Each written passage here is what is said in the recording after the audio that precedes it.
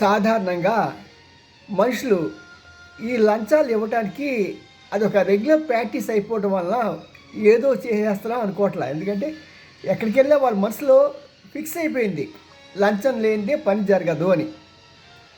సరే, అలాగే ఇక్కడ కొంతమంది వాళ్ళ వాళ్ళ పని చేయించుకోవడానికి డబ్బులు ఇస్తుంటే అది కాదు, నాకు ఇంకా ఎక్కువ కావాలి, ఇంకా ఎక్కువ కావాలని హింసిస్తూ ఉంటారు ఆ అధికారులు. కడుపు మండిన ఇన్వెస్టర్ కానీ లేదా ఆ వ్యక్తి కానీ యాంటీ కరప్షన్ డిపార్ట్మెంట్కి వెళ్తారు, బ్యూరోకి. వాళ్ళు ఏసీబీ అంటారు. వెళ్ళి ఫలానా పని కోసం నేను ఫలానా ఆఫీస్కి వెళ్తే అతను ఇంత మొత్తం అడిగారండి, నేను ఇంత ఇస్తానన్ను, అది మామూలుగా జరిగేది, బట్ మరీ ఎక్కువ అడుగుతున్నాడు ఇతను అని అంటే, సరే ఓ పని చేయండి, మీకు నేను కొంత కరెన్సీ ఇస్తాను, అది తీసుకెళ్ళి ఆయనకి ఇవ్వండి అని. సరే, ఈయన డబ్బులు తీసుకొని అడిగిన ఆసామికి, అది ఆఫీసర్కి ఈ డబ్బులు ఇస్తాడు. ఇచ్చినప్పుడు ఏమవుతుంటే వీళ్ళ దగ్గర ఒక రకమైనటువంటి కెమికల్ ఉంటుంది, ఆ నోట్ల మీద రాస్తారు. ఎప్పుడైతే అవి లెక్క పెట్టుకుంటూ ఉంటాడో అతని చేతికి ఆ రంగు అంటుకుంటుంది.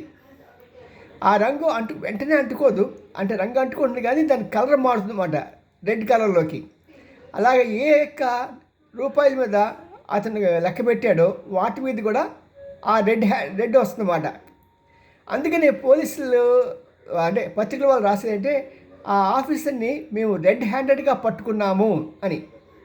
అంటే ఈ నోట్ల కట్టలు మేము ఇచ్చాము, లేకపోతే చెప్పచ్చు కదా ఇది ఎవరిదో డబ్బులు, నా డబ్బులు కాదని. అందుకని అలా అవకాశం ఇవ్వకుండా రెడ్ హ్యాండెడ్గా పట్టుకున్నాం అంటారు. చేతులకి రంగు ఉంటుంది, ఆ నోట్ల మీద ఎర్రటి రంగు ఉంటుంది. ఇది రెడ్ హ్యాండెడ్ యొక్క సీక్రెట్. బాగుందా?